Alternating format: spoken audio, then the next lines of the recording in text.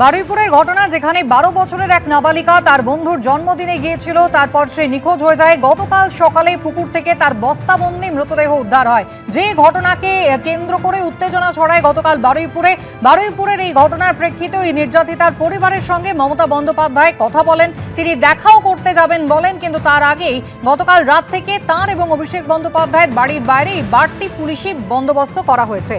আজ সকালের ছবি দেখতে পাচ্ছেন, একেবারে ব্যারিকেড করে দেওয়া হয়েছে। কথা বলবো, আমাদের প্রতিনিধি হিন্দল দে রয়েছেন আমাদের সঙ্গে। হিন্দল, ঠিক কোন কোন জায়গায় বাড়তি পুলিশ মোতায়েন করা হয়েছে?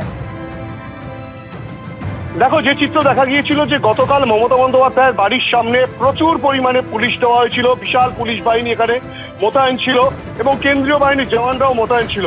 কেননা শান্তনুকে বলবো সেই ছবিটা দেখাতে, রাতের বেলা সেই নিরাপত্তা অনেকটা উঠে গেলে, অনেকটা শিথিল হলেও আবার সকাল হওয়ার সঙ্গে সঙ্গে যে ছবি দেখা যাচ্ছে সেই ছবি তোমাকে দেখাবো। একেবারে মমতা বন্দ্যোপাধ্যায়ের বাড়ি ঢোকার মুখ যেটা রয়েছে সেই রাস্তার মুখে কিন্তু ইতিমধ্যেই আবারও পুলিশ বাহিনী আসছে, কেন্দ্রীয় বাহিনীর জওয়ানরা ইতিমধ্যে আসতে শুরু করেছে। তুমি দেখতেই পাচ্ছ পুলিশের একটি ভ্যান রয়েছে, সেখানে পুলিশ কর্মীরা রয়েছেন এবং তার পাশাপাশি একেবারে রাস্তার মুখে সেখানে কিন্তু গার্ডরেল টেনে দেওয়া হয়েছে এবং যে এখানে কেন্দ্রীয় বাহিনীর জওয়ানরা যাচ্ছে এই ভ্যানে করে।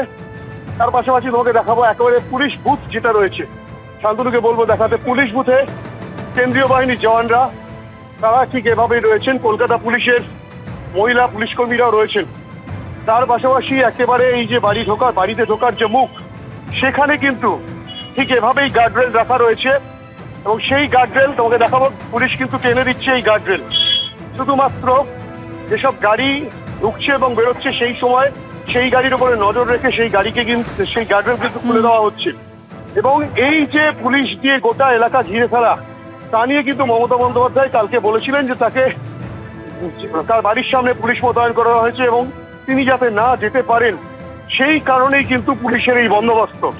এবং এখন যে চিত্র দেখাবো, যে পুলিশের উচ্চপদস্থ কর্তারা তারাও রয়েছেন এবং বাড়ির বিভিন্ন জায়গায় বাড়িতে ঢোকার যে বিভিন্ন রাস্তা রয়েছে এবং বিভিন্ন এলাকায় কিন্তু পুলিশ ঠিক এভাবে মোতায়েন রয়েছে, কেন্দ্রীয় বাহিনীর জওয়ানরা মোতায়েন